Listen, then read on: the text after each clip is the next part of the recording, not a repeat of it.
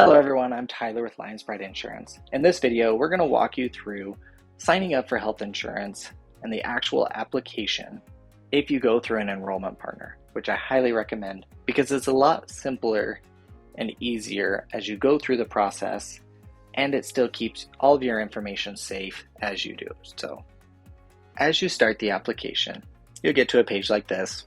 Put in your name, information, the state that you live in, check the box, and it's going to search the marketplace. You'll then go through the different privacy statements, click agree, and they're going to ask you questions to see if you qualify for an SEP. And put in your gender. We're not going to put a social on this one because it's just a test, but you will definitely want to put in your social because it will simplify the process extremely. We'll put in our address, where we currently live, a county, if there is a different county. If there's a mailing address, you can put that there. So we're going to put in our email address here and select paperless, unless you do want the actual paper copies in the mailbox, and then put in our phone number and continue. So again, it's going to look through the marketplace, see if you're already in the system. I'm going to mark that, yes, I'm applying for coverage, and I want to see if I'm eligible for cost savings. Then put in spouse's information. You'll hit save person, and if you were to add kids, now would be the time to do it. So then as you continue, that is where everybody in the household lives.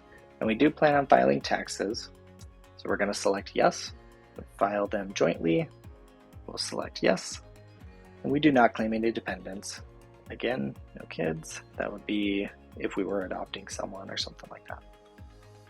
And then we get to this page. Here you will need to put in your social security number.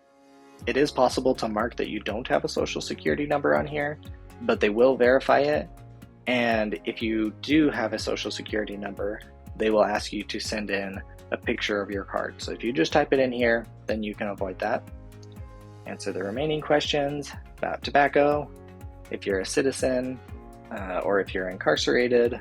If you do have American Indian or Alaskan Native blood, it's going to ask that. And then we'll say yes. You don't necessarily need to answer these. You can if you want to, but it does ask a few questions about ethnicity just for their demographics. Nope, I'm born here in the US. We'll say that she doesn't have one as well. Similar questions, her answers, except for she is Korean. And then we'll continue. Also not a naturalized citizen and not pregnant. And we get to income. So here's where we will mark who has income in the family and who doesn't. Say that I don't. Any income or deductions. So $0 is correct. And then we get to my wife. She works. Put in her employer name here and their phone number. And approximately how much she makes. You can do hourly, but we're just going to do yearly and then save it. She also has some student loans. We're going to mark just the amount of interest that she pays on it. And then totals her income and go from there. So these questions, additionally, we'll find out additional needs, things like that.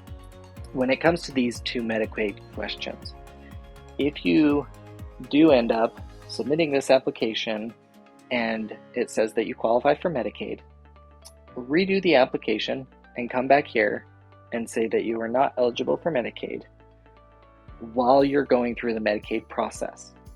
Because if you are approved, that's wonderful, Medicaid can cover you, you're fine. If you are not approved with Medicaid, however, they cannot go back and cover the days that it took for Medicaid to go through their application process. So my recommendation is to submit the application. Again, say that you were denied Medicaid or found not eligible for Medicaid while you go through that application process. That way you have coverage while you're waiting for Medicaid. If it's yes, great, you can cancel this plan at any time. If it is a no, then you already have the plan in place and you don't have to worry about trying to get your coverage backdated. So we'll continue with the application. And this is questions pertaining to, do you have any other health insurance? If you have other marketplace coverage or Medicaid or Medicare, this is where you'll want to explain that. So we're going to hit no for now. And then as we continue, it will ask us about an HRA. If you're not sure what a health reimbursement arrangement is, don't worry about it. It's something with your employer. Typically, if you're not aware of what it is, you probably aren't being offered it. Do you currently get coverage through you or your spouse? We're going to say no, continue. And here's where you would mark if you were losing coverage through an employer, or if you already have lost it, if you've gotten married. We're going to say that we've moved recently. Zip code and county and state that we moved from. Did we have health coverage? Yes. It will probably ask us to submit documents to support that, and we will also need to fill in that information for my wife. Okay, none of the other questions apply to us, so we will just continue. Okay, here's your opportunity to review everything, make sure that names are spelt right, birthdays are correct, make sure income, all that stuff that we've gone over is correct. You can go back and edit it if you need to, but we're going to just continue forward. So there's a few different agreements. This one is the renewal of coverage. And feel free to read through them if you want to learn more. Tax attestation.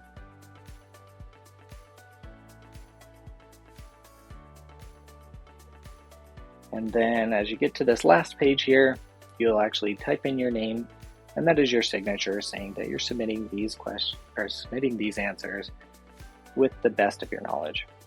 It will verify everything with healthcare.gov and then bring you to this page, which will give you your eligibility results. So here, after you've downloaded the eligibility letter, it will tell you whether you can get a plan or if you need to wait until an enrollment period. In the next video, we're going to go through the process of picking the plan that you want, making sure that have everything ironed out, submitting documents if you need to. So continue this series to find more answers to questions you have about applying for health insurance. And if you get stuck at any point throughout this process, give us a call or send us a text. One of our agents can either help you through the process or they can pick it up where you left off and simplify that whole process for you. If you have any additional comments or questions, please comment below. We would love to help you out and help you simplify your health insurance. Thank you for watching.